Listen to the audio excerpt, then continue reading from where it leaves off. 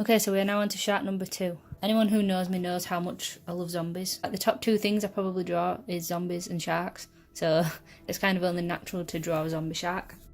So this one I started out with a sketch that I'd done quite a while ago, probably about a year ago I think. I've always really liked it and I knew one day I'd be able to do something with it, and this seemed like a really good reason to use it. So I took a photo of the sketch and put it into Procreate, and pretty much I just sketched over it and added some like zombie details, like bite marks and claw marks. I did do the flat colours in Procreate and then put it into Photoshop. To be honest, this one didn't take that long because it wasn't like really complicated and it's something I'm quite used to doing, so it was quite easy in the beginning. But you'll see towards the end of the video, the main thing I had an issue with was making a background for it. Now I don't know if I'm going to necessarily give them backgrounds. When I pull them all together and do a book with them all in, I'm thinking they might just have a white background. I'm not sure yet, but sometimes certain things just don't look right on a white background. Especially when it's something like this and it's like horror based.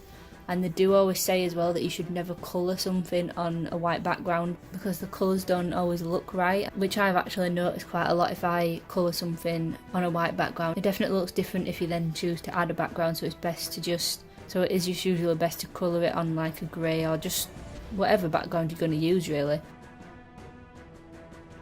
But you'll see towards the end, I just could not figure out the background. My initial thought, and the one I actually ended up going with, was to make it kind of look like it's a sticker. I tried it out to begin with and I just couldn't get it to look right. No matter what I did, I changed the background colours, I tried to put it onto a piece of craft card, I tried to put splatter marks behind it, I tried to use other brushes behind it and then erase parts of it out, and nothing was working.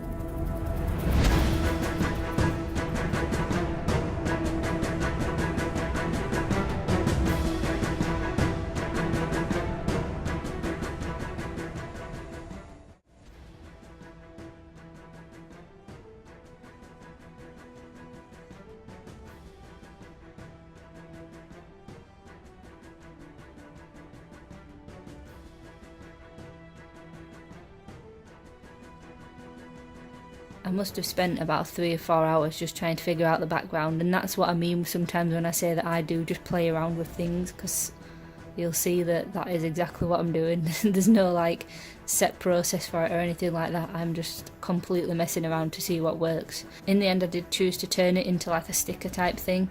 I just got to the point where I was like, I'm going to actually be here all week if I don't just get this finished. So I just kind of made a decision and just called it finished.